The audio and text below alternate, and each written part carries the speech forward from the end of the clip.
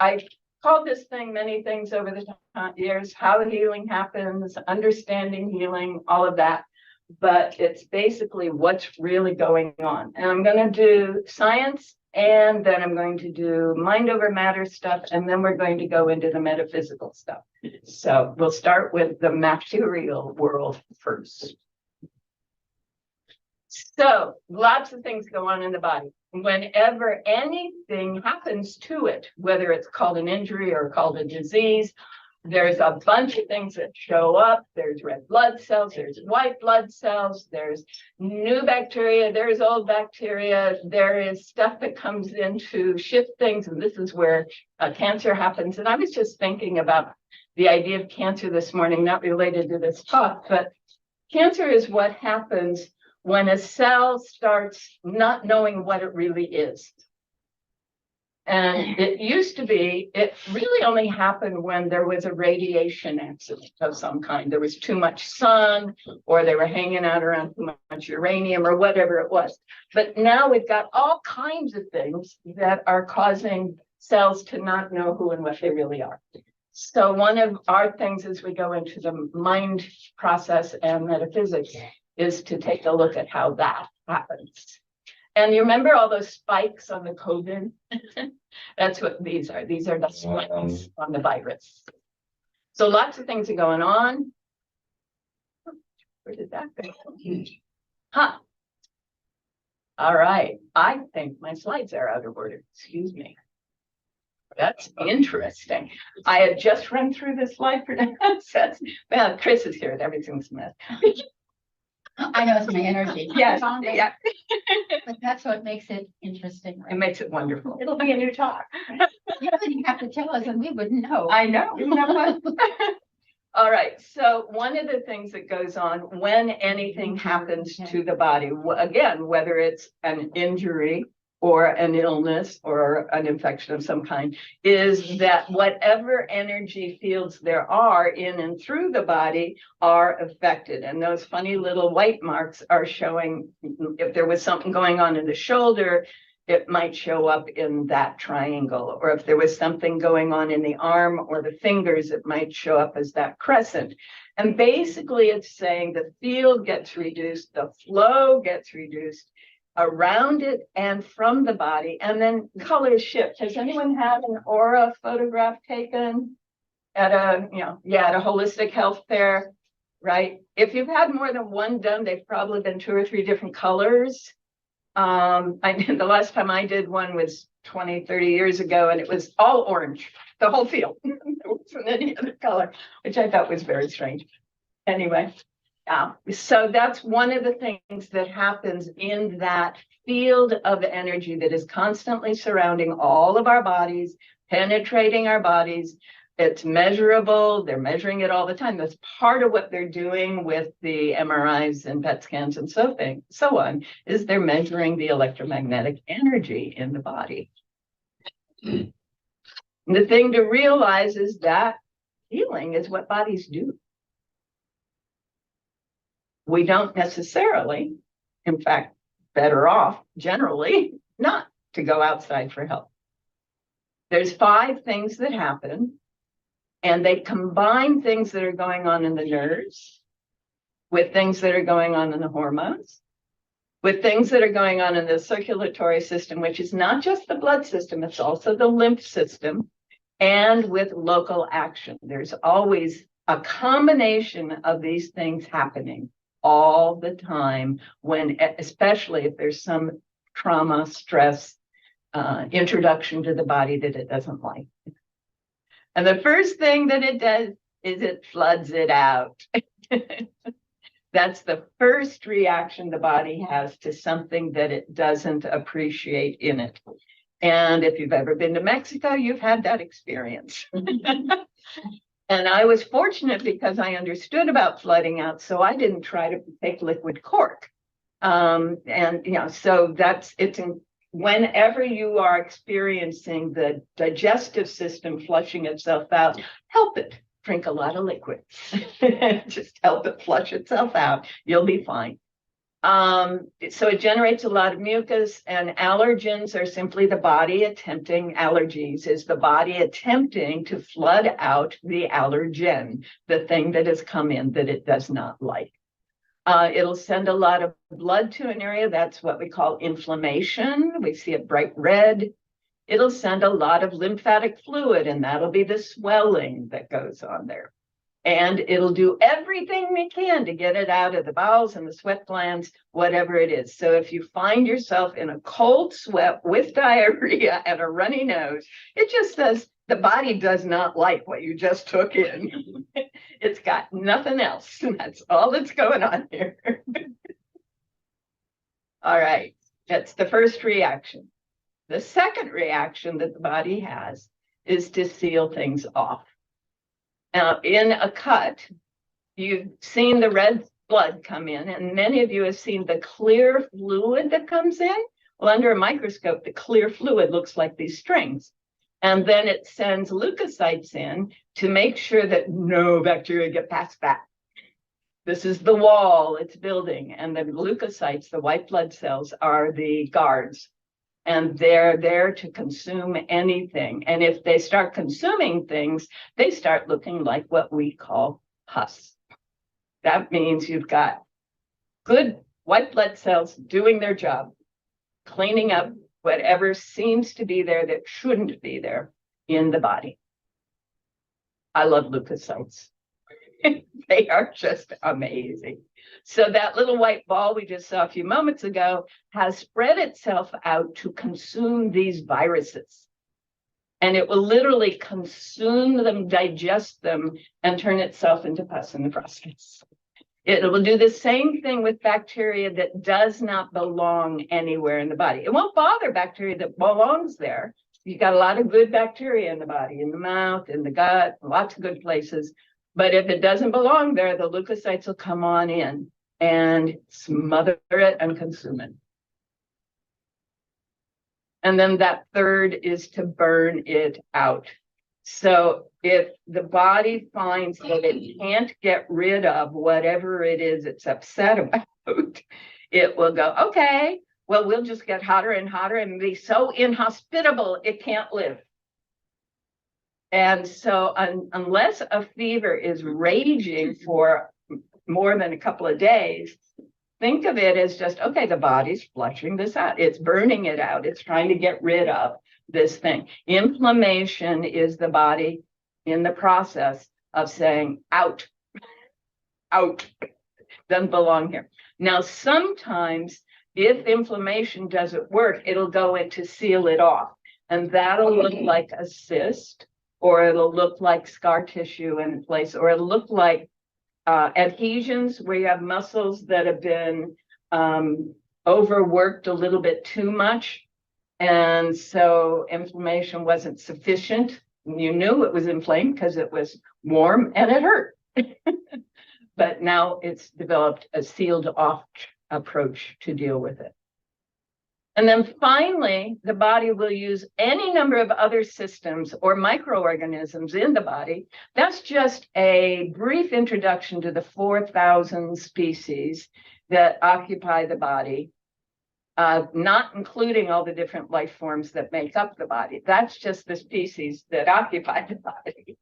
And the body will work with those species, but they're at various kinds, to be able to get around whatever this is that is not helping it. So the mind, or the brain, has a reaction to this. And this drawing is actually from Amber Rose Doulet's from Outer Wow, this concept here. If you've read Eckhart Tolle, you've heard of the pain body. So the brain, or the mind, tends to say, ooh, I remember that. I'm going to make sure that can't happen again. Or the moment I see anything like it, I'm going to send pain signals to the body, and we're going to go into fear. So that's the brain's reaction. It will remember the experience because that's what the brain does. It forms, whenever there's anything intense that happens in the body or around the body, the brain will form a set of neural networks around that experience and it will go back to that neural network anytime anything like it shows up. So let's say you stubbed your toe really badly one time, walking in the dark in a particular room. The brain will remember that. Yeah. And it will cause you to act fearfully around that. And because it expects more, it sets you up to expect more. That's what the pain body does. And as the little diagram, the feedback loop shows, because we're afraid of it, then we choose not to do so much. Like you hurt your shoulder a little bit when you overdid something, and then you go, oh, well, I'll just take care of it. I won't overuse it. Well, then that actually shortens the muscles. They get weaker. Then, you get the cycle. Yes, ma'am. I broke my toe a few months ago, and I did it stepping out of the shower, and I didn't quite lift my foot up enough to clear the track for the sliding door. And yeah, after getting over it, I will say I'm not afraid to step out of my shower, but I lift my foot a lot higher without having to think about it. Right. The brain is now rewired. Right. Yep. So we want to not decrease our activity when something happens, because we don't want to get into this pain cycle that recreates more and more of it. And I've been working with someone who unfortunately over a year ago tore her shoulder a little bit, but now she can't move her arm because nobody did the proper treatment early on. She didn't know how, and they didn't. And so now it's start all over, right? So we want to not decrease the activity. We want to be gentle, but not decrease it, so the muscles don't shorten and become weak. So we don't go more and, fear of more distress. So the brain and the body are totally intertwined. What the brain perceives, the body is told by the brain to respond to. So that's One more time on that. whatever the brain perceives, the body is told immediately to respond to. Thank you. So when those things happen, they are the first step in the healing process. And the first thing to be aware is that our cells are not just physical structures, they're actually living organisms. They're really quite complex. And when you think of the trillions of cells in the body, every one of them has this much stuff going on. Isn't that amazing? It just blows me away. That's a whole planet right there. Right? And I was fortunate when I was a kid. The Chicago Museum of Science and Industry was my babysitter, and they put in an exhibit that was this big lucite shell, and it was a cell. I got to walk in, and over here was the nucleus, and yeah, you remember. Yep. It's in the same room with the heart. You could walk through and see all the ventricles and everything, and be in the thumping of it. So cells are amazing. Lots and lots of activity going on in there. Lots and lots of energy being literally created out of the chemical interactions that are emerging, even though energy can't be created or destroyed. They're taking the energy in the chemical bonds and turning them into other forms of energy they can use. And that's what's happening here. Simply, we got oxygen and glucose coming in, and we've got all these other things going out, which are going to help the body. So when one of these cells is in trouble, it may do any number of things, but when it's contributing to the healing process, then what we see is that signals are being sent to the nucleus of the brain, or to the wall of the brain, the membrane of the cell, and not to the DNA, the nucleus. Isn't that interesting? So Bruce Lipton is the guy who promoted and helped the world to understand that, as he put it, well, about men where they think their brains are. And so they thought that nucleus was the brain, but that's really the gonads. But the brain is really on the membrane. The membrane of the cell is a semiconductor. It's a layer of fatty stuff, a layer of absorbent stuff, and a layer of fatty stuff. So only some things can get through it. It's like, he calls it a butter sandwich. So I think that's interesting. But the idea is that all over the wall of this cell, which looks smooth in this diagram down here, are literally millions of these things sticking out. And these things sticking out are called receptors. And the receptors are where chemicals floating around in the body are either brought in or they turn on switches in the cell. Sometimes some chemicals never make it into the cell. And those are usually just connecting to one of these that then does something different inside the cell. I think of it like a pair of scissors, right? If I've got a membrane and I open the top part of the scissors, I'm opening the bottom part of the scissors, right? If I've got a piece of paper, right? I sometimes actually show that. And that's kind of how receptors work. So whatever's floating around out there is going to affect the cell through the receptors. Now, I say millions of receptors. There are typically tens of thousands receptors for one chemical. So if you're, serotonin, there might be 50,000 receptors for serotonin. There might be 60 or 80,000 for dopamine, because we love our dopamine. There might be, tens of thousands for a particular type of saccharide, right? So, or a particular type of protein, or whatever it is. Is this per body or per cell? Per cell. No. It's a really complex structure. So what happens is, if a lot of one kind of chemical keeps coming at the cell, a signal goes down to the nucleus to say, turn on other genes so that when we replicate, we make more of those receptors.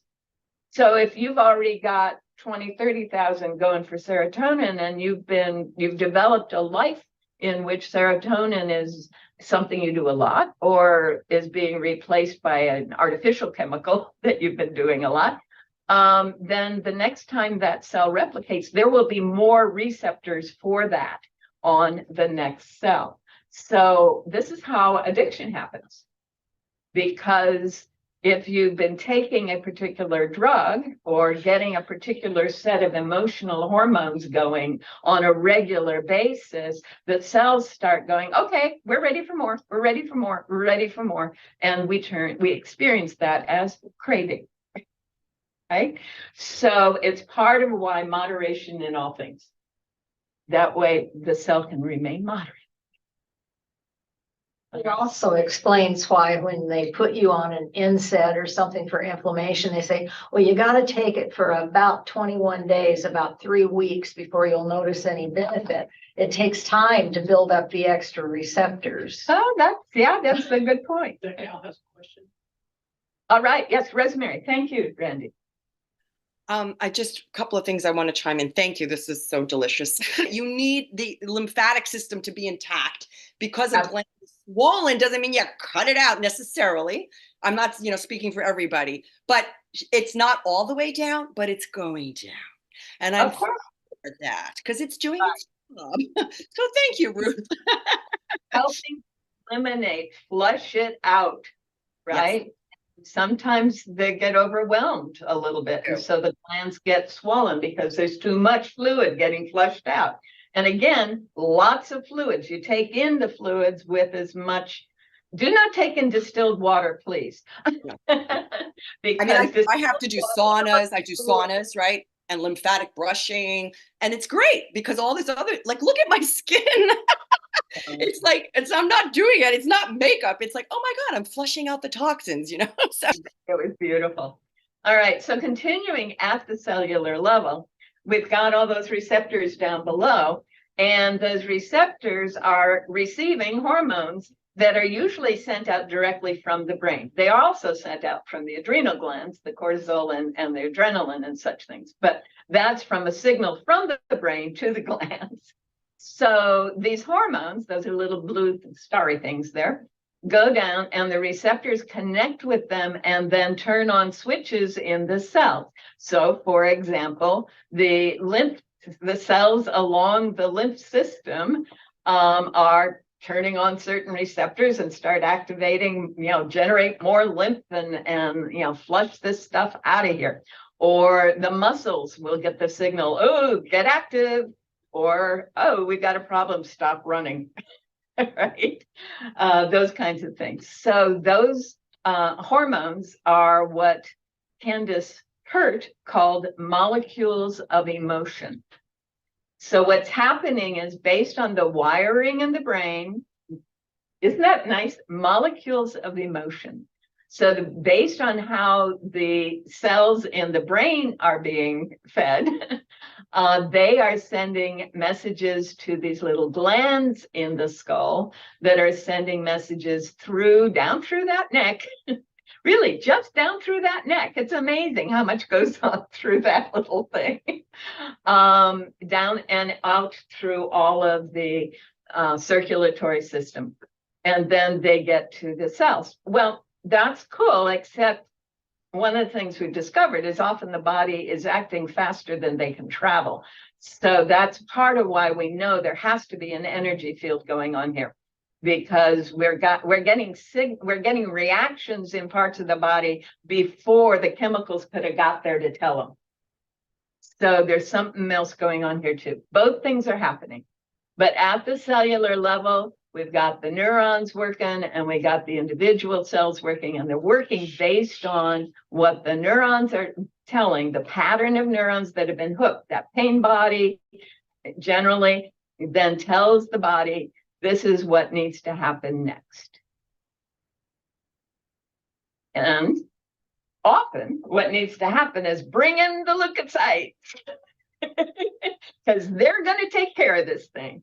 So the ones over here are taking care of allergens. They're just consuming those allergens. And the ones over here I already showed you are consuming the viruses. And here they're just hanging out in the bloodstream. But this is a fun little diagram that is an attempt to explain how the leukocyte gets recruited to the place where there are extra red blood cells because it's inflamed, because we got a problem here, and then lets it in.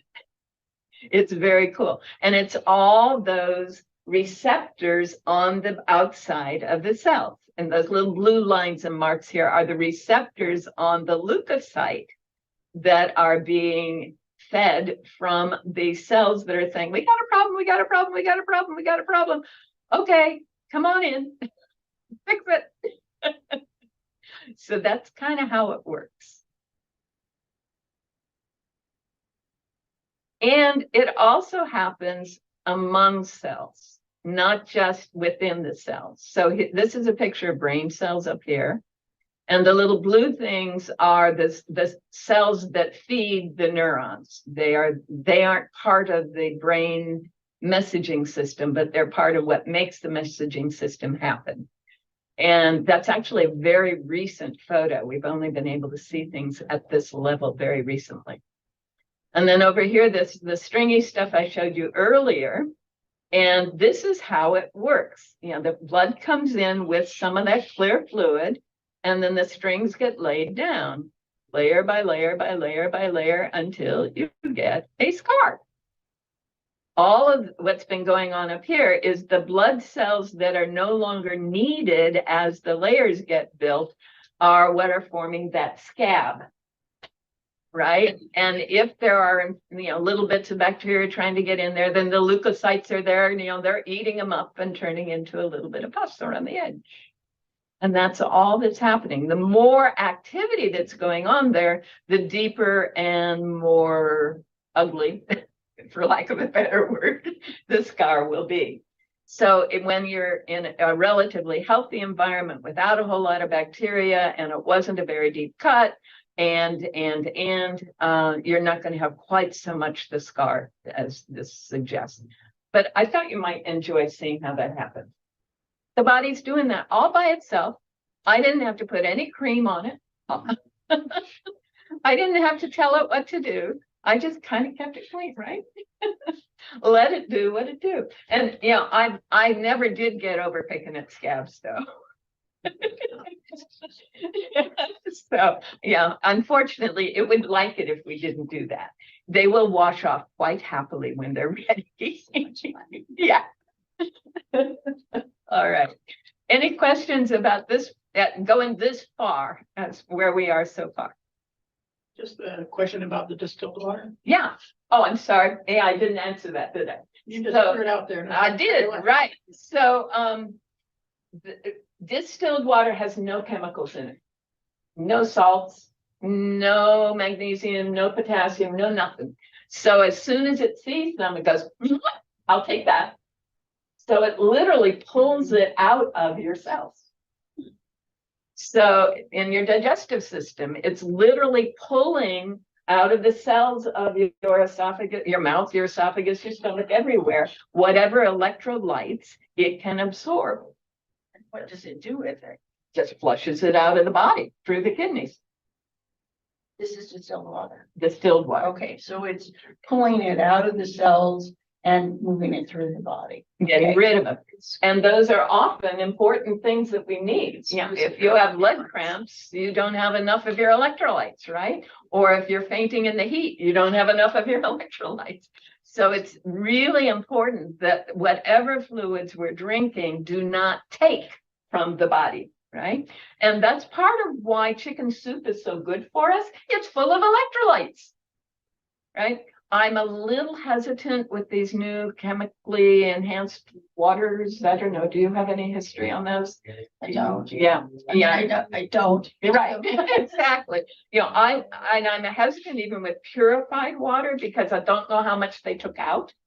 Right. Right. So ideally spring water, Gleneen Beach. Right. Gleneen is the closest to spring water you can get in a more or less urban environment.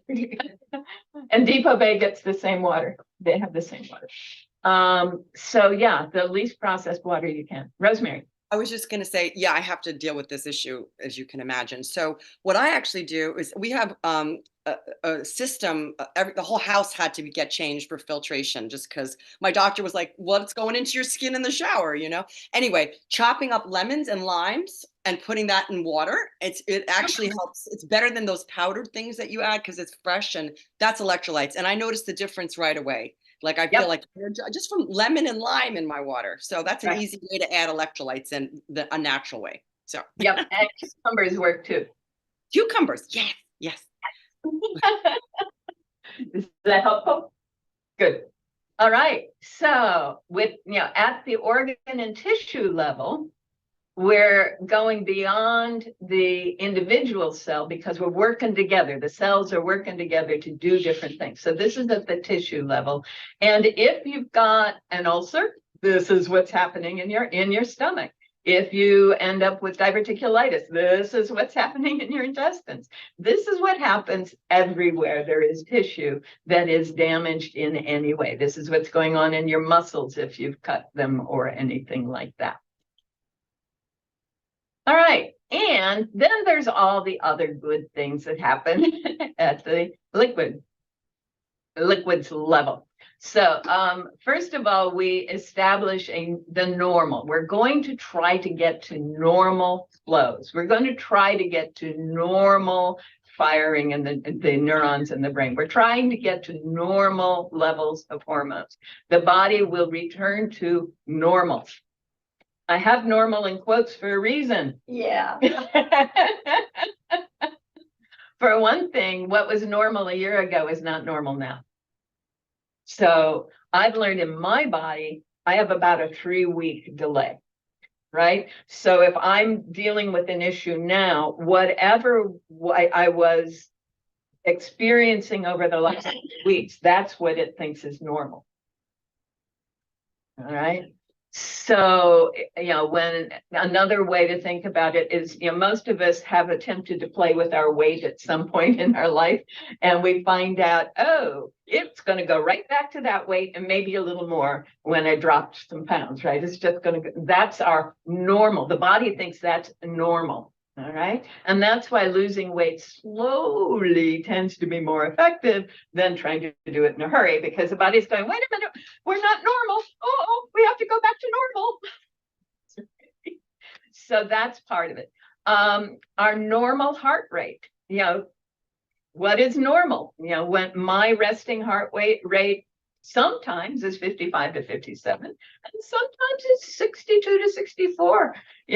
It's not always the same. And one of the things we're up against, less so today than 50 years ago, but from 1940 something to 1970 something, normal was defined by an 18-year-old draftee in the Army. All the insurance charts, all the medical charts, all of everything was based on those bodies, because that's who could be tested, right? So it took them a long time, and part of the feminist movement was to say, hey, we got different bodies. So that began to get introduced in the late 60s, early 70s, and still normal was a 18 to 25-year-old, not an 80-year-old, right? So one of the things that happened between the 70s and 90s was the realization that different people at ages and stages are going to have, more variations. But even then, what is normal for someone of my height and my level of activity, who isn't me, is going to be different from who I am and how I am, right? So that's something to be aware of. That's why normal is in quotes. It will go to whatever has been the norm for the last few months, last few weeks, few months. So we want to keep that in mind. Is that why people get recurring bouts of cancer? Because they had a cancer normal? I think there's another reason, but it's a psychological normal, yes, not a physiological normal. Yeah. And we'll talk about that. So the normal levels of hormones, when I was dealing with the level of stress Rosemary was talking about, my normal levels of hormones were off the chart, right? Exactly. So I had to, over time, slowly shift that downwards. So it wasn't high cortisol, high adrenaline, all of that stuff. In fact, I burned out my adrenal glands. I was so high in stress, right? So normal for me now is quite a bit lower than normal for another body of this age and stage because of having gone through that. I realized how fully I'd burned them out when I jumped out of a perfectly good airplane one time. I knew I couldn't die without having done it. I couldn't complete this life without having tried skydiving. And the body went, what? Did that restart your adrenaline? No, it wore it out again. Took me about a week to recover. To get back to a more normal, my new normal. All right. So normal neuron firing. Now, we tend to think of neurons in the brain, but it turns out we have ganglia, bunches of nerves that are like little brains in several places in the body. There's one or more in the heart. And in fact, more information goes from the heart to the brain than from the brain to the heart, which is kind of cool. And there's one in the stomach, and that is attached to the vagal nerve, the vagus nerve, which everyone's very excited about now. It's a very popular thing about what the vagus nerve does and doesn't do, because it's the relationship between your auto neuroactivity and your determined neuroactivity. So it runs from somewhere up in here to somewhere down in there through the body, connected. It's a network. So that's a big thing. But there's a brand new set of ganglia they found. And what's really cool is when I was growing up, it was in dinosaurs, and it's now in humans. And it's toward the base of the spine. And it turns out it's in the location that Tibetans send energy to when they're meditating. It's very close to the chi spot. So if you're a Buddhist, you know about that ganglia, that mini brain. So we're getting neurons firing in patterns that will always connect the way they always have, unless there's a trauma, unless there's a breakthrough. That breakthrough can be a painful trauma, or it can be an enlightenment moment. And what Joe Dispenza does is he creates environments where the default network of neuron firing gets broken up, so a new network, a new pattern of neuron firing can happen. And then that sends different messages to the body. So now the body is doing different things. Make sense? Because what wires together fires together. The other way around. Fires together. Right. And that's Begg's principle. It's an old Uh-huh. principle. It's back in the 20s. You know, he saw that if you have the same cells firing together all the time, they literally form a physical network. And then you have to undo that and start a new pattern of firing. So you're trying to create a new normal. And that's generally takes a full moon cycle. So that's kind of cool. That's why we say take 3 to 4 weeks with something for the new pattern to form, whatever it is, wherever it is. So I think we got all of that.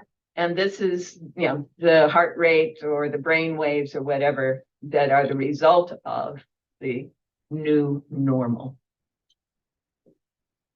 So we talked a little bit about normal, what's been for the last weeks or months, and what our memories, ideas, beliefs, visions, and images of ourselves have been.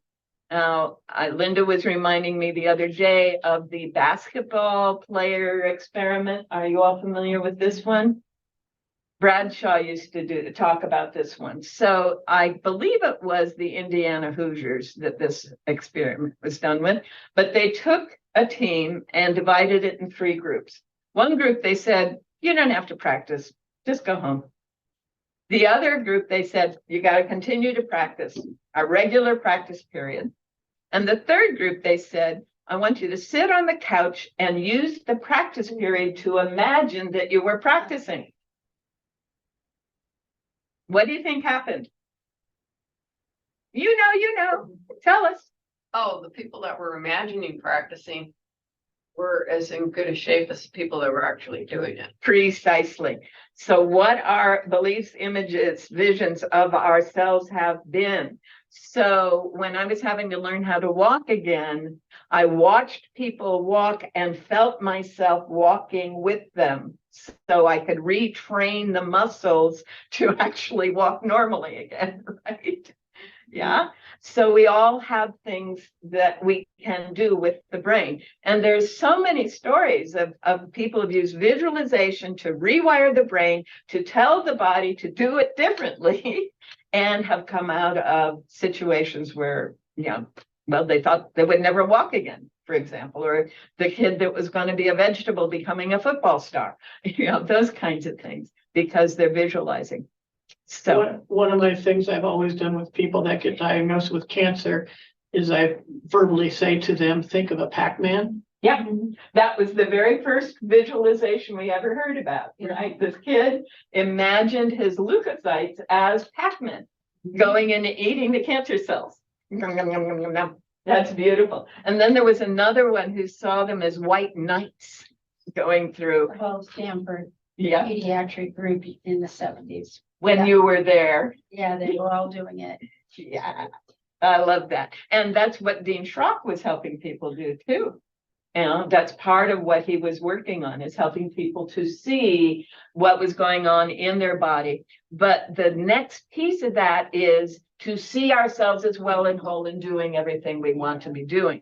And, you know, that's the piece that will actually move us into that state of being. And we'll talk more about that. And then what we are feeling is part of the normal. So if I am feeling angry, upset, distressed, victimized, etc., guess what? The hormones are going to hold that state. and tell the body not to be healed, whole, and well. So we want to learn to feel about ourselves and our situation. And this is why people do affirmations. They hope the affirmations will shift them into the feeling. What I learned for me was I had to give myself moments of pure joy and beauty and delight every day. Just a few moments. Didn't matter what it was. A sunset, a bird song, a piece of poetry, reading Emmanuel's book, which did that for me at that time. Whatever would give me that sense of joy. And I would start expanding the amount of time I was in that feeling about myself and my situation. And it would carry me for a while, and then I would lose it and I'd go back to the old normal, but not quite so low. And then it would lift me again, and life is a sine wave. So, but these three things will do more for guiding all of these things we just talked about than anything else that we can do from the outside, believe it or not. And we can do things from the outside. And what we are doing from the outside is simply creating a climate for the healing. So if I cannot get into a state of mind where I've reversed that hormonal reaction, like I can't relax, I am so stressed out, I can't relax, I might want to have some help, right? Or I may need to replace the body's signal to the cell membrane. I may have built such an addiction to the cortisol, to the insulin, to the whatever, that I need to do something else for a while temporarily in order to create a climate in which these other things can work. So we're reversing what has happened temporarily with the chemicals. And that's antibiotics are a different story, but that's part of why most drugs are to be used only for a little while. They're not to be lifelong things. Unfortunately, the executives of pharmaceutical companies and the shareholders in pharmaceutical companies don't understand this. And They understand it very well, but they. they are actually right. There was a meeting of the board of the Association of Pharmaceutical Company Executives that an outsider happened to be attending because he was doing some information technology stuff, and they didn't register that this IT guy can think and hear, and they passed a motion to get every American on 7 lifetime pharmaceuticals. Every American. That was their goal as the Association of Pharmaceutical Companies. That's lofty. All What a nice word. right, so that's not how the body works, folks. And that's part of why I do this. Can you click back to the last frame, please? I'd like to take a photo. Oh, the normal, what's Yeah. normal? Yeah, I can do that. And I can temporarily get rid of that one for you.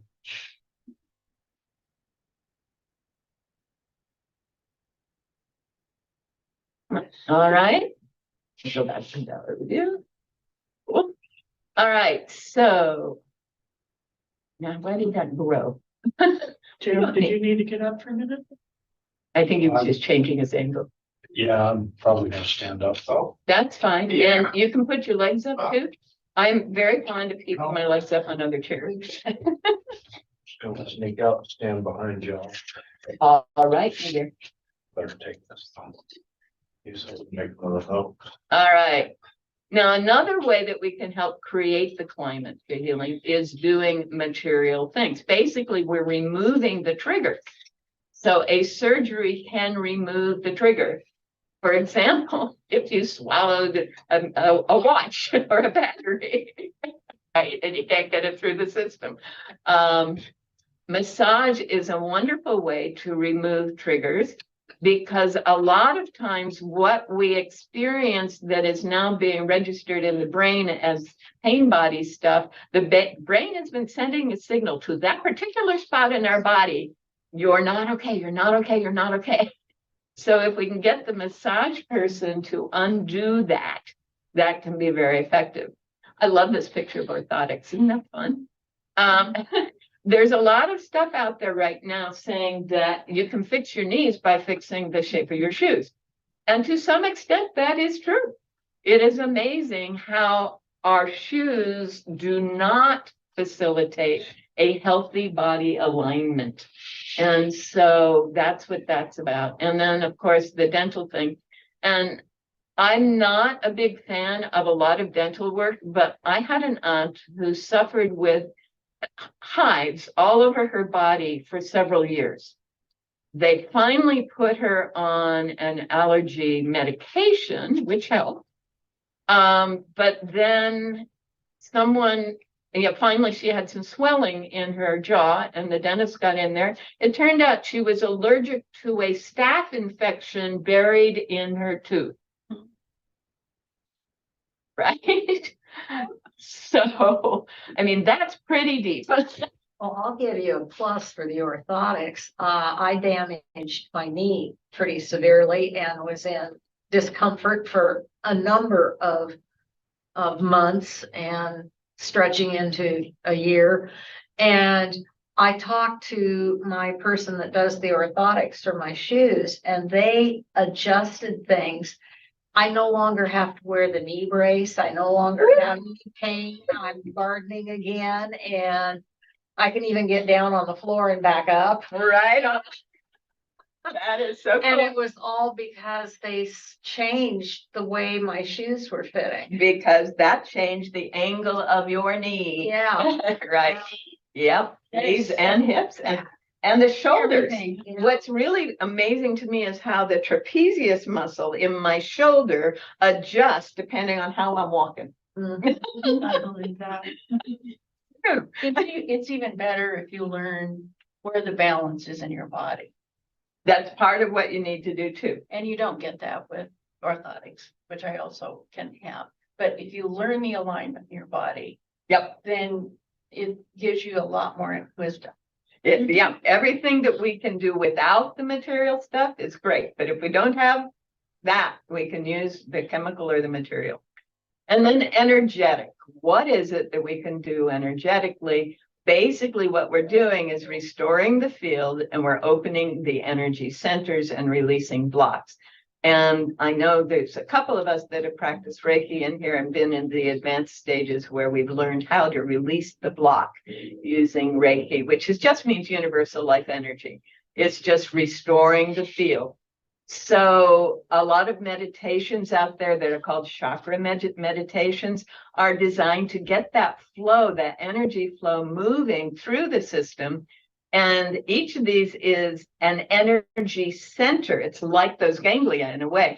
It's a circulatory center. It's a subway station where all of these energies, they're called nadis, move out from, and the nadis parallel our capillaries. So these energy vehicles, vessels in the body are paralleling our capillaries. So every single cell in the body receives energy through the chakra system with the realization that the different chakras will affect different parts of the body. And the heart is the director of all of them.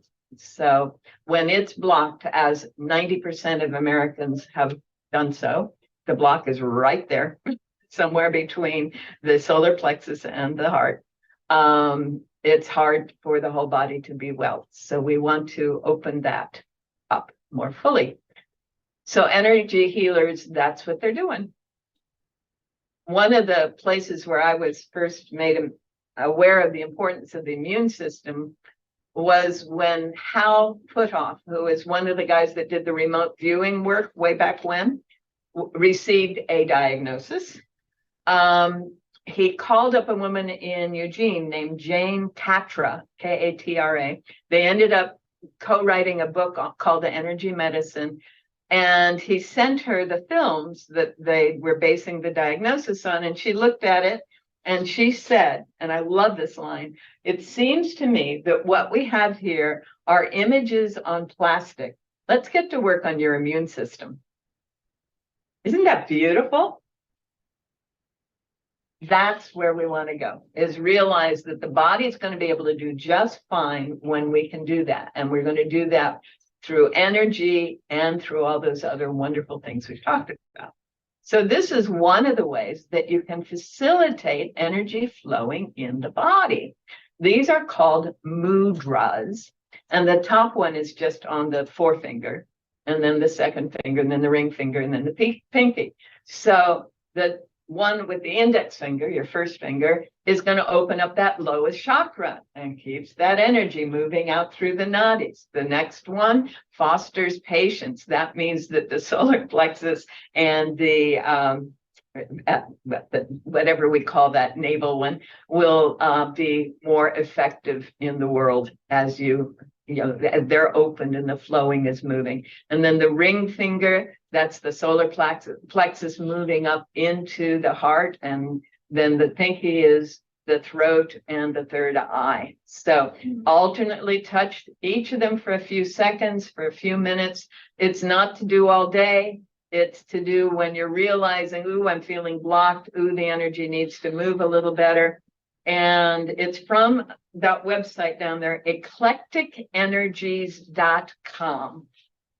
When I was looking for something simple that I could give you guys. Did you want to take a picture of that one too? I did, thank you. Yeah, I recognize the symptom. There we go. I can't get, I think I might be able to get rid of the top part. I don't think I can. Bit things that they held on to and spin and. There you go. Yeah, it does. But that's part of what those things do, though, is they cause that contact where it hasn't been. Oh, okay. Mhm. And one of the things that I like to think about is if you look at the drawings of ascended masters, whether it's Buddha or Jesus or whoever, they will always be doing one of these mudras. Yeah. They're usually, if it's the 3 fingers up, it's the intuition one, right? If it's the 2 fingers up, often it'll be these 2 fingers together down. So I just think that's interesting to be aware that they're actually practicing these mudras. All right, so let's get into the role of the mind. We've been kind of touching on that. What are some of the methods we can do? And asking the body is the first one. Those 2 means of asking the body. Who here does muscle testing? I have done it. Yeah, I've done it. yeah, okay. So Linda, when you do muscle testing, what do? This is the easiest, quickest. You do the ring? Yeah. Okay, very good. But also I've used pendulums. I've used pendulum with it. Okay, to hold the pendulum, knowing that the micro motion of your body Yeah, is telling you something. yeah. Excellent. Okay. How about JR?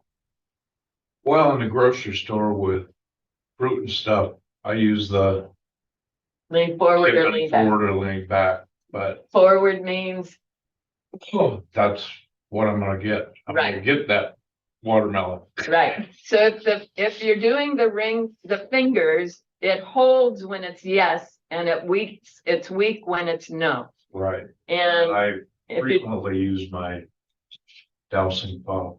you do a dowsing fob also, the same. I use it for all kinds of things. Oh, ho, ho. Excellent. Yeah, Raymond Grace is my mentor. That's why I got a bullet. Uh-huh. All right. And Deanna, have you used one sometime? No? Muscle testing? You do the arm. Okay. And that was what Chris was just remembering too. So does everyone understand when I said you do the arm? Yes, no, okay. So, because Jared is already standing, one more picture. Oh, I can do that.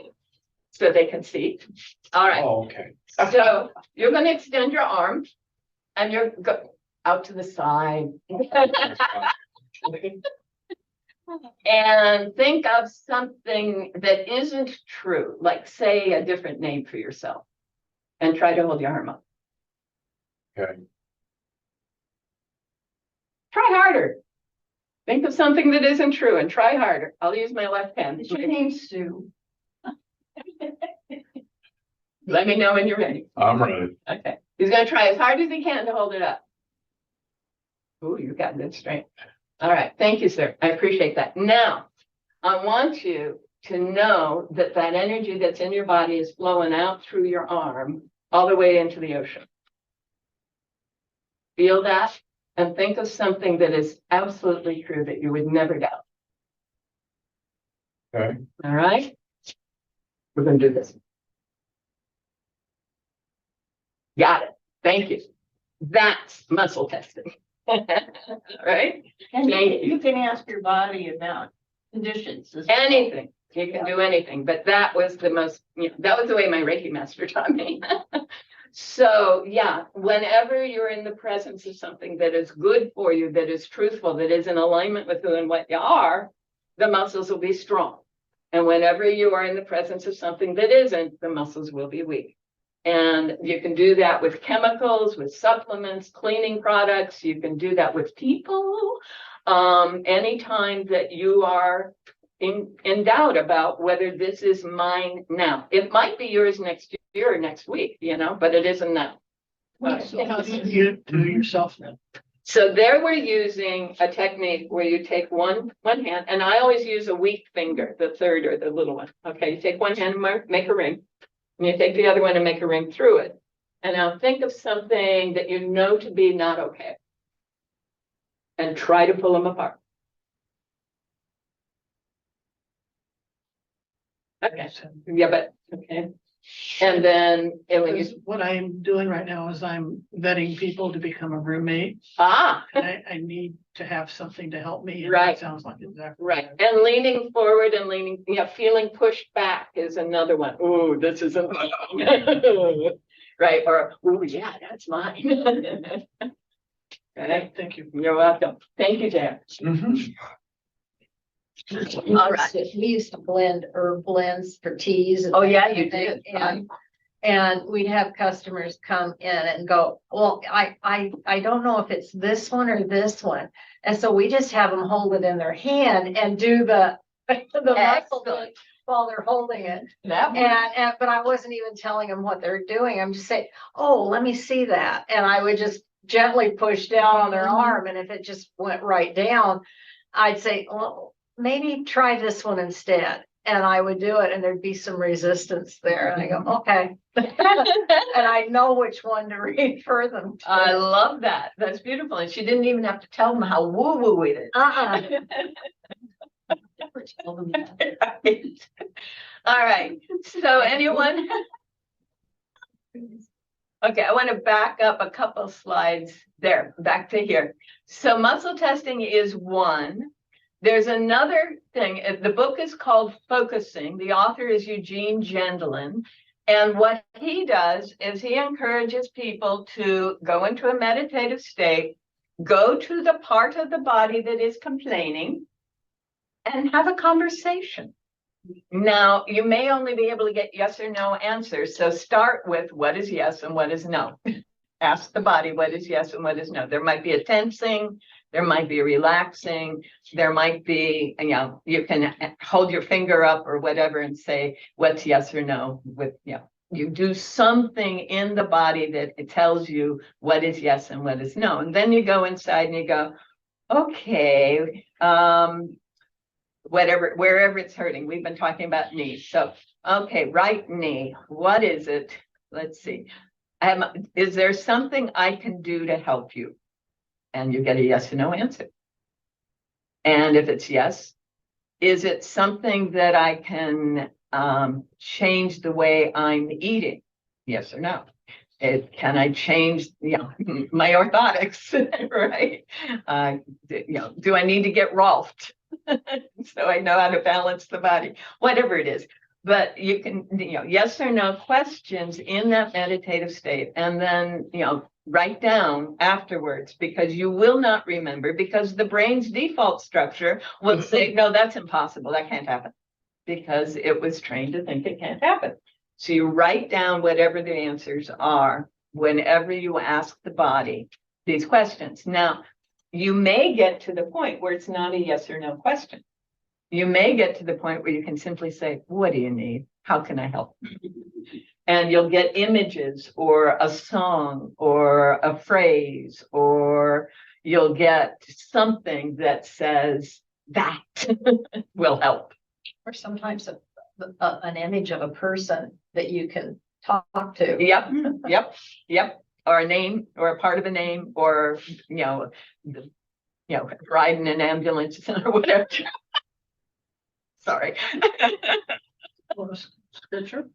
Or a scripture, yeah, you'll sometimes get that. In fact, Myrtle Fillmore, that one of the founders of Unity, it was a line from scripture that helped her recover from what she thought was an inherited case of tuberculosis. And she was on death's door, and she began to use that as her turnaround. Yeah. In the 1800s, they thought consumption and tuberculosis were inherited. Yeah. All right. So does everyone know how to progressively relax your body?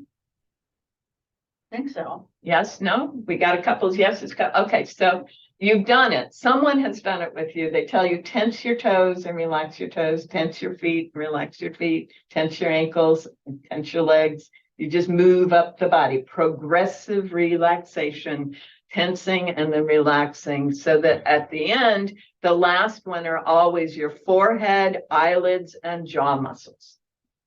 Because if you've got those relaxed, you are relaxed. So progressive relaxation. If you need a script, the book Empowered Care over there has a script for progressive relaxation. It also has a script for this one, energy awareness breathing. And this is going back to that picture of the chakras. You're literally breathing into the chakras and then through the chakras, out through the nadis into the cells. So the idea is you're inhaling the energy. Every inhale is inhaling the quantum field. So you are inhaling energy. So you bring it in. And then as you're exhaling, you're moving it through the body so that it's ultimately going out through the fingertips and the toes and the top of the head as you are exhaling. And you can take it long and slow as you wish.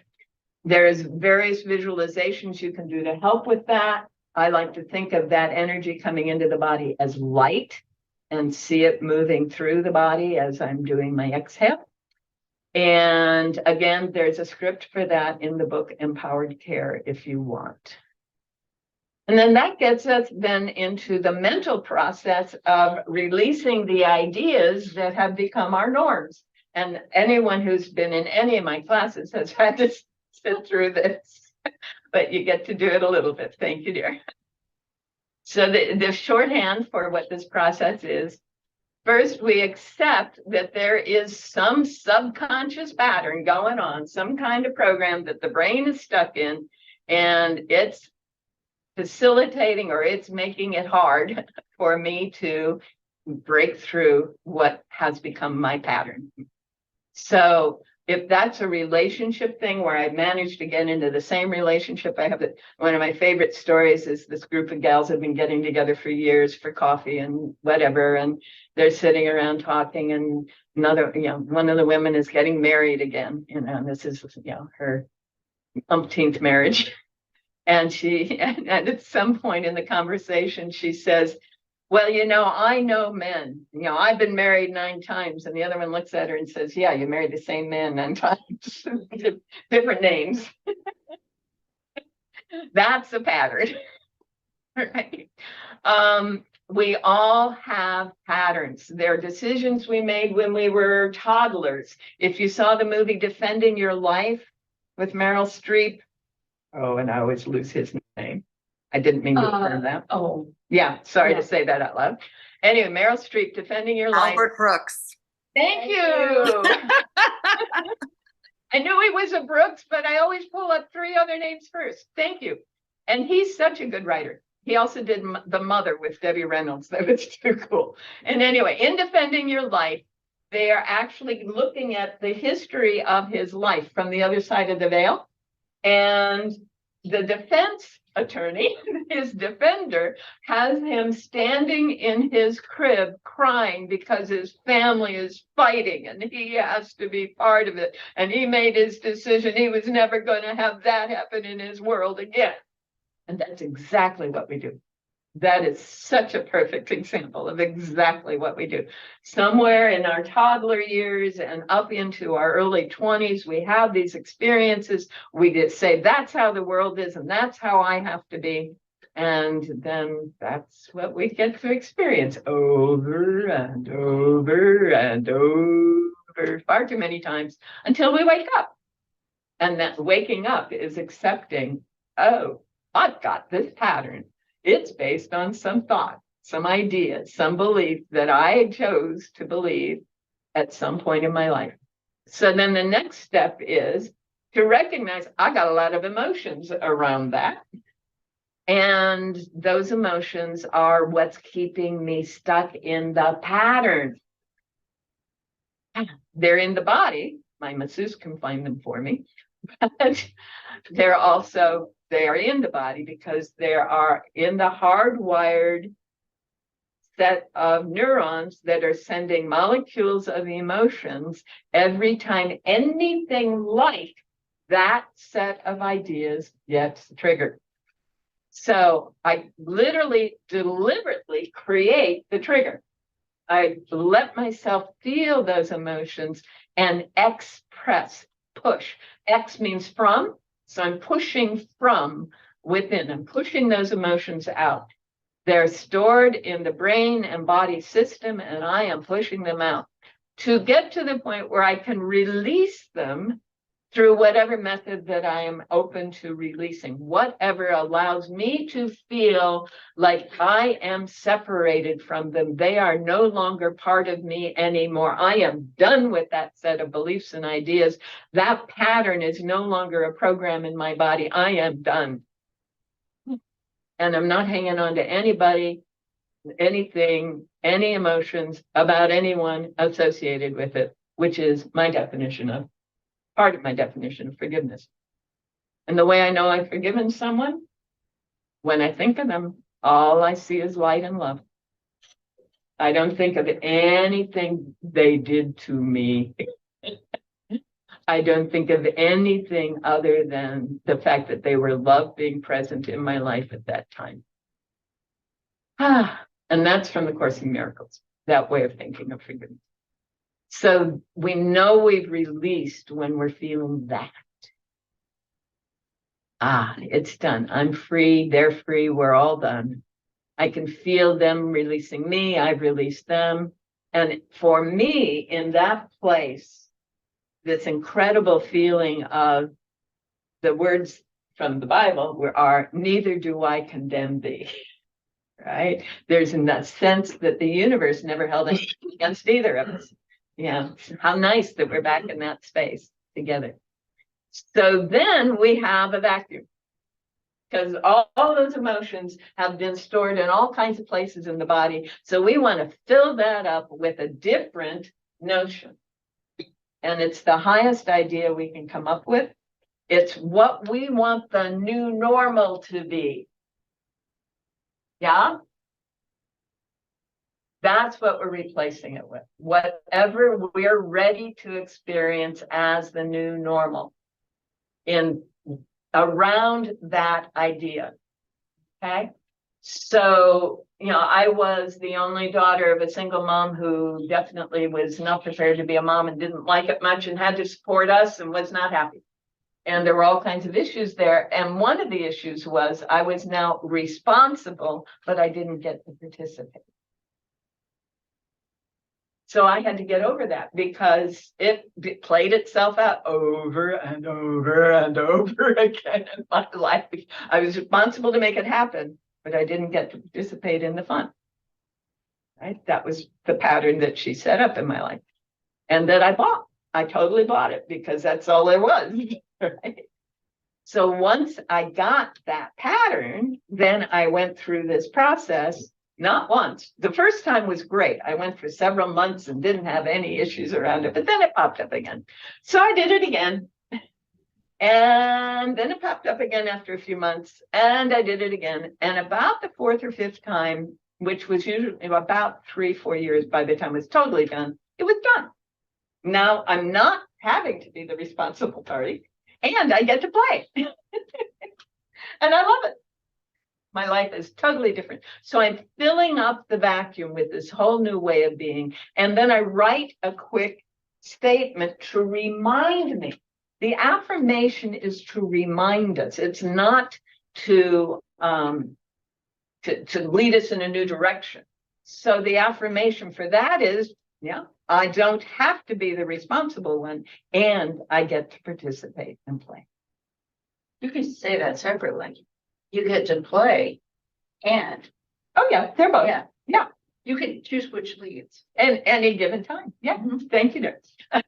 So, right. So that's what those initials stand for. And again, if you want the full, how do you go about doing it? It's in the book, the Empowered Care book. So what I have learned since I first put together this method, and there's actually more details to it, is it applies to just about everything in my life. Physical, emotional, relationships, finances, just about everything. And the first time that I did it, I had a series of symptoms that nobody knew how to diagnose, and the prognosis was 6 months. And this was how I got out of it. And I've worked with hundreds of people now using these processes, and it's made a huge difference in their lives. The way I talk about the cycle is the first time you do it, if you really get into it, you're really feeling the feelings, you're really releasing, you really get to that place where it's all light and love. And you've got a clear sense of what life can be now. Yes, you've dealt with 80% of the issue. And then the next time you will have dealt with 80% of whatever's left. And the next time, 80%. And it is amazing. All right, it must be break time. We got 2 people standing up. And it's 2:20. We've been going for 1 hour and 20, and that's actually a good time to stop. So let's come back at 2:30. All right. So one of the things that many of us were told in the old days is, oh, there's nothing wrong with you. It's all psychosomatic. Guess what? Everything's psychosomatic.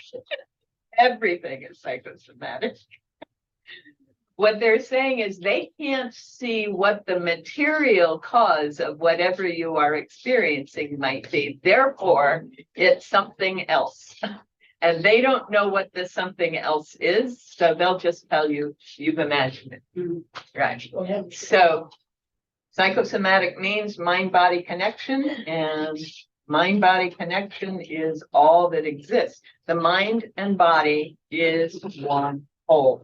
The brain is the receiver transmitter in this mind-body system. It's the one that allows what's going on in the body to be experienced through mind, and it's what allows what's going on in the mind to be experienced in the body. So you can never do just one thing. You can't do something in the body without affecting the whole. Anything in the body. You can't touch your toes without affecting everything in your whole body. It's fascinating. And that's part of what yoga is about. Each position says something to the whole body, energetically and physically. It affects different organs in different ways, different muscles in different ways, different tissues in different ways. And the whole salutation to the sun is a complete massage of the whole inside of the body. If you do that in yoga. And so obviously there have been people aware of all of these things. Bruce Lipton is, he's the one who said the membrane is the brain. He also is saying that because the membrane is the brain, what is going on outside of the cell affects the genetics of the cell. Remember, we talked about that. If the same thing happens over and over again to the receptors, or that changes the genes, that activates different genes. The genes are always there. we all have pretty much the same genes. We have maybe like 1/100% difference in our genes. But which ones are activated is the question. All right. And which ones are activated are a function of what the cell is being told. And that changes. So that's part of what's going on in the new kinds of cancer treatments is they're trying to tell the nucleus of those wild cells, get back in line.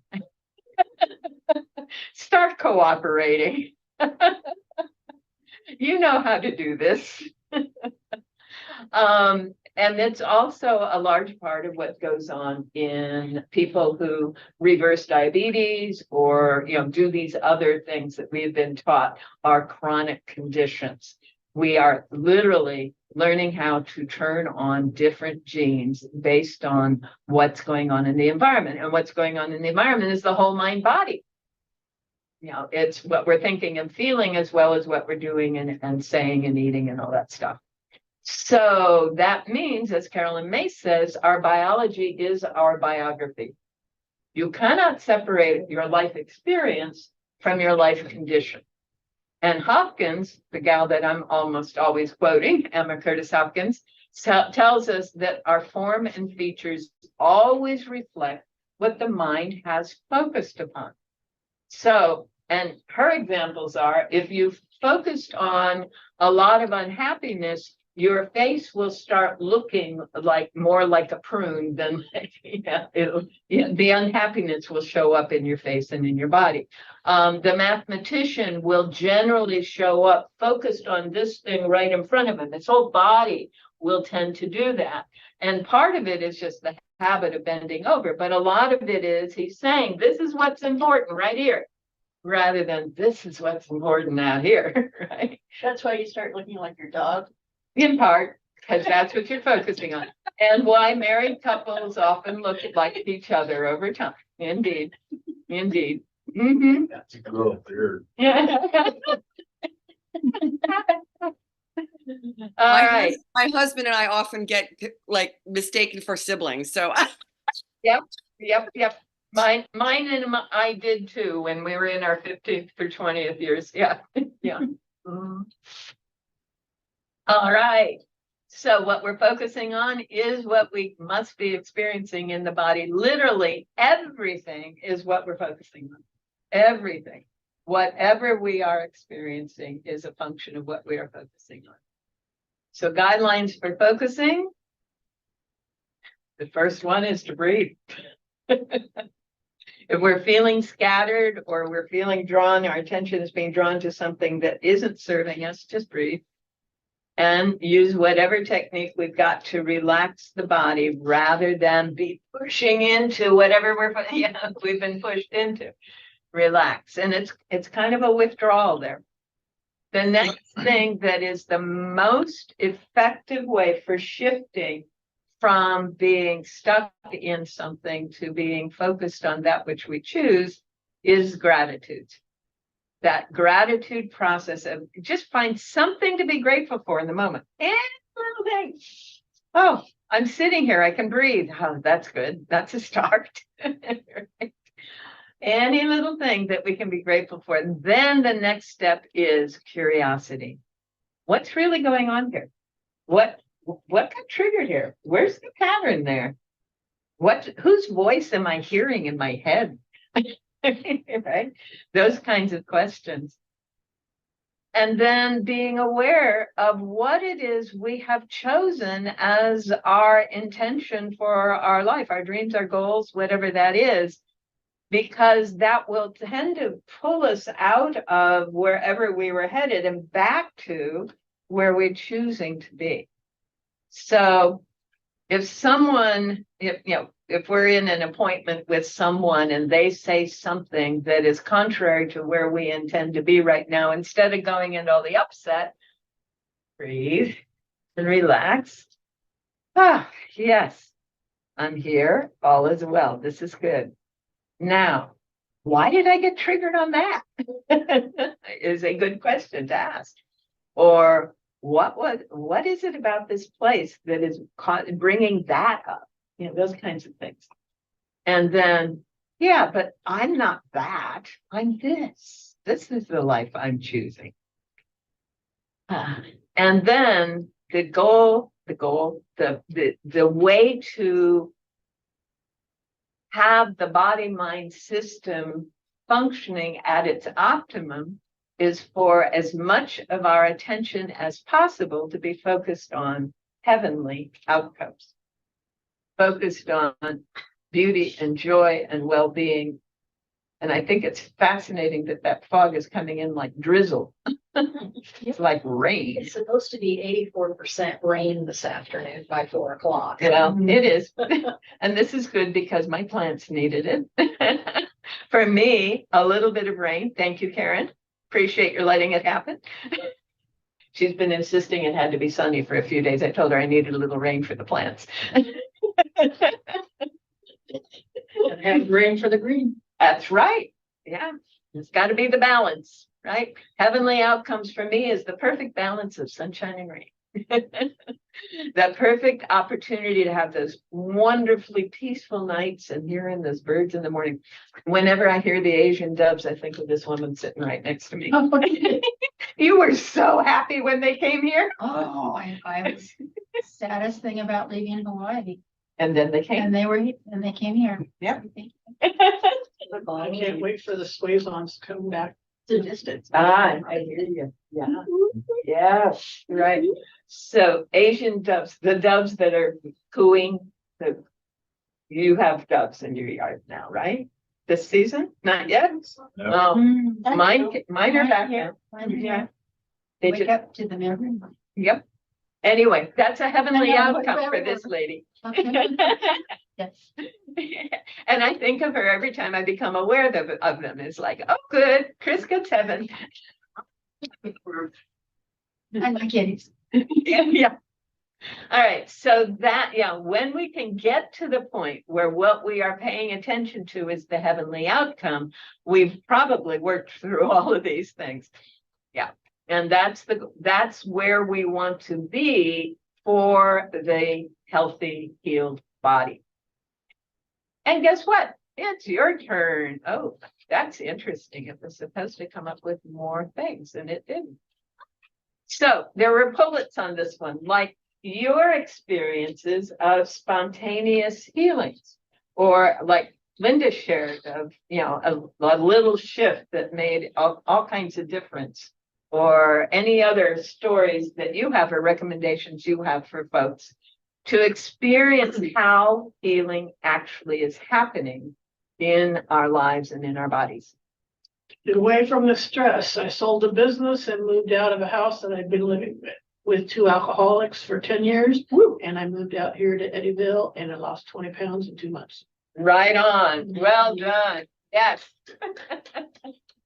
I had a buddy that, I can't remember what his hobby was, but it was either golf or fishing. And he got to the point where he couldn't do it because his feet were so arthritic. He had his wisdom teeth pulled. And within weeks, his feet were better and he was back to doing it. I love This it. is after 10 years of not being able to do it. I hear you. I hear you. It's one whole system. If there's a problem somewhere, it's showing up in other places as well. And reflexology tells us that there are points in the foot that are tied to our teeth. Isn't that guess. new? Isn't that cool? Wonderful. Pat, did you want to add to this? You look like maybe. I guess not. Do you have a story about spontaneous healing? No, Not I this could time. use a little right now. All right. Ready. I can talk a little bit about my knees. My knees have been a limiting factor in my life for quite a while.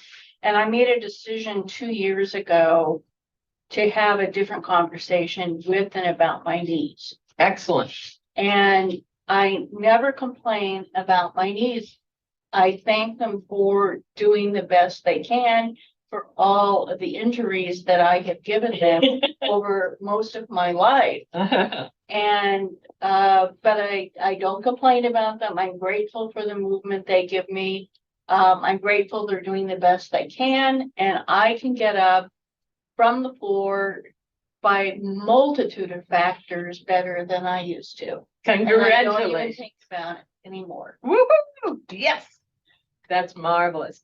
Yeah, and as we realize that this body is something we are literally creating all the time. I know that's hard to believe, but the cells are being replaced all the time. Well, if the normal is what I'm thinking, feeling, then the cells are going to align on what I'm thinking and feeling, right? That's how it's going to be. So if I can be in a place of gratitude and appreciation, the cells are going to experience replicating with more receptors for gratitude and appreciation, which means they're going to adjust to behaviors that get more gratitude and appreciation. It's kind of fun how that works. I think we really need to be careful of our verbalizations. I remember people, when I hear people say, that makes me sick to my stomach. Oh, right. Oh, oops. And what I've done with my knees, and thank you for mentioning that, I will explain to people that my knees are shot. Uh-oh. So I need to be better with the wording about that, because yes, it's getting harder and harder for me to get up and walk, because I've unfortunately been giving too many negative comments to my knees. So one of the things you can do too is start expressing things as past tense that are no longer what you want to choose to experience. So, it was an effort to get up and walk. It's getting easier. Every day. That too. Up until now, I have had Right. difficulty with my knees, but I'm getting better and better every day in every way. Well, it's like a lady friend of mine mentions that at some point, you're getting older, so it's just gonna get harder. And I said, no, I'm not. I'm gonna get younger and I'm gonna get better. Right on, Good. right on. There is, aging is a cultural pattern that we were taught, and the brain is very happy to implement for us until we rewire it. And we don't have to live with that pattern.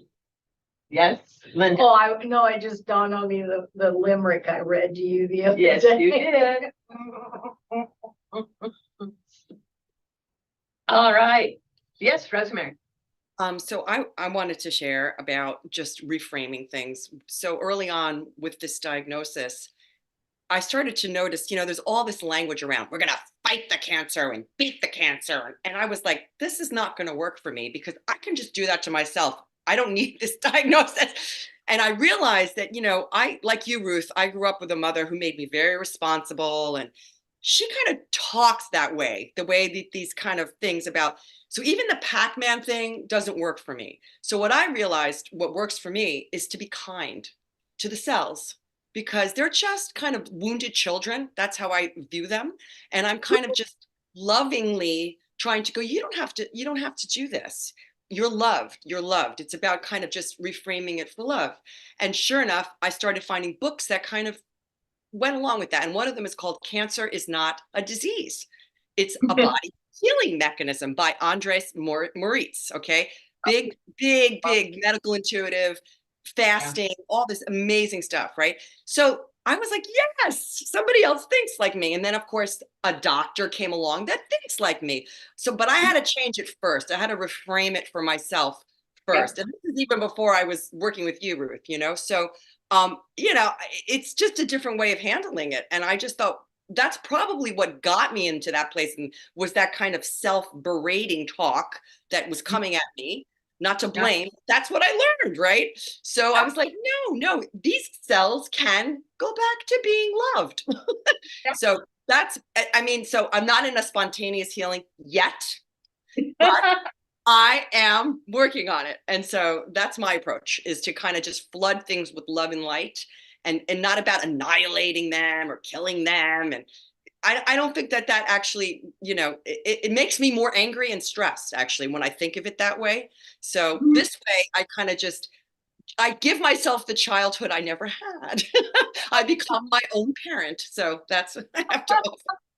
And that's perfect, absolutely. And what I heard you say earlier is that the lymph system is less complaining than it was. So you are actually experiencing healing. And I think that's beautiful, beautiful.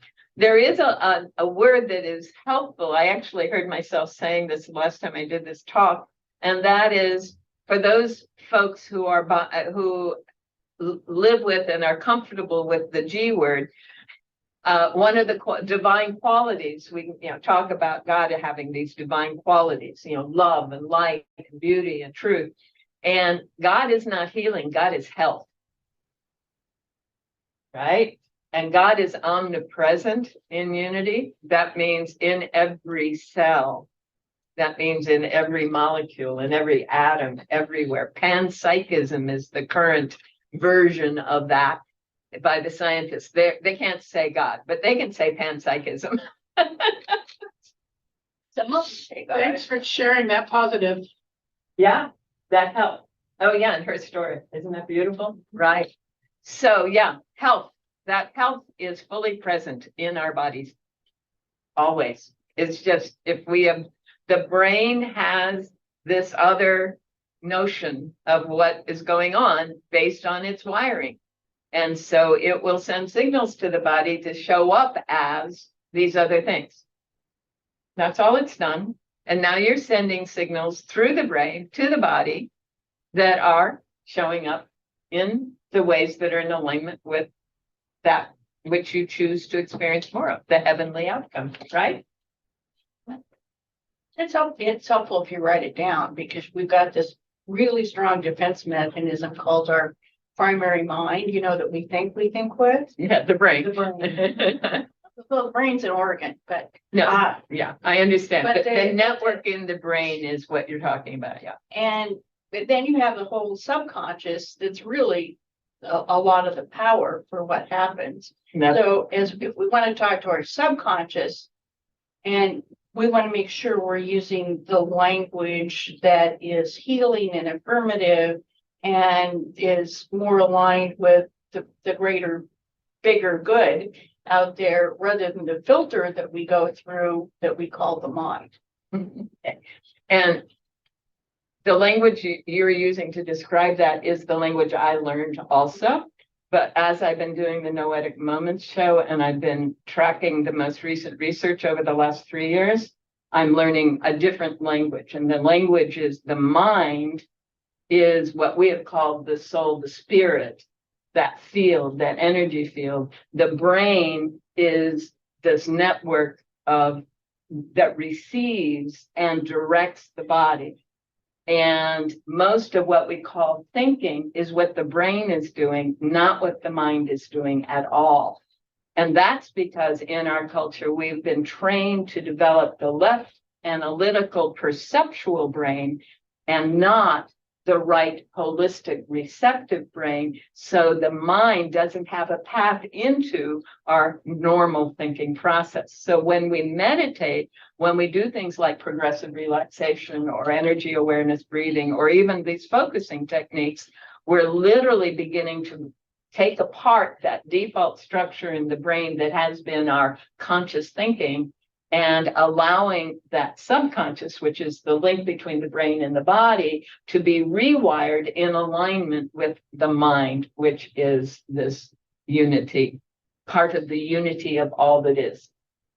So that's what I've been learning and now teach. I heard about some wording when you're talking to yourself, and I think part of it has to do with the subconscious, is when you're trying to reprogram yourself, you use both the I and the you.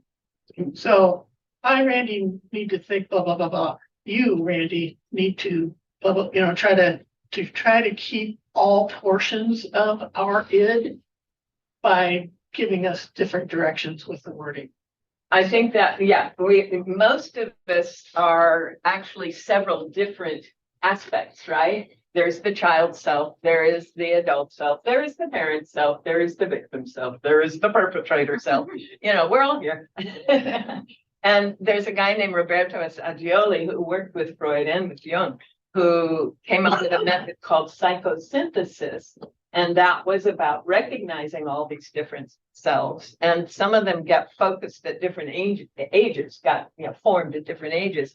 So recognizing that they're all there. And I have a friend who calls them the committee. And allowing them to have their voice and to be loved and appreciated. And I love that.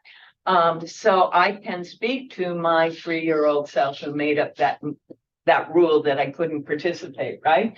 And I can say, yeah, but look, this could happen and this could happen. I actually imagined a different set of outcomes for some of those events when that decision was made. And that has then led me to be able to experience a different way. So there's a technique called reparenting, and that's laid out in my book, Making the World Go Away, along with the AAERRA thing. So you get both of those in that book. And reparenting is giving yourself as your child self the experiences that you would be most fully developed from, okay? The most beautiful childhood you can imagine, so that the energy of the old pattern is not the only energy that your brain is working with in its receiving, transmitting.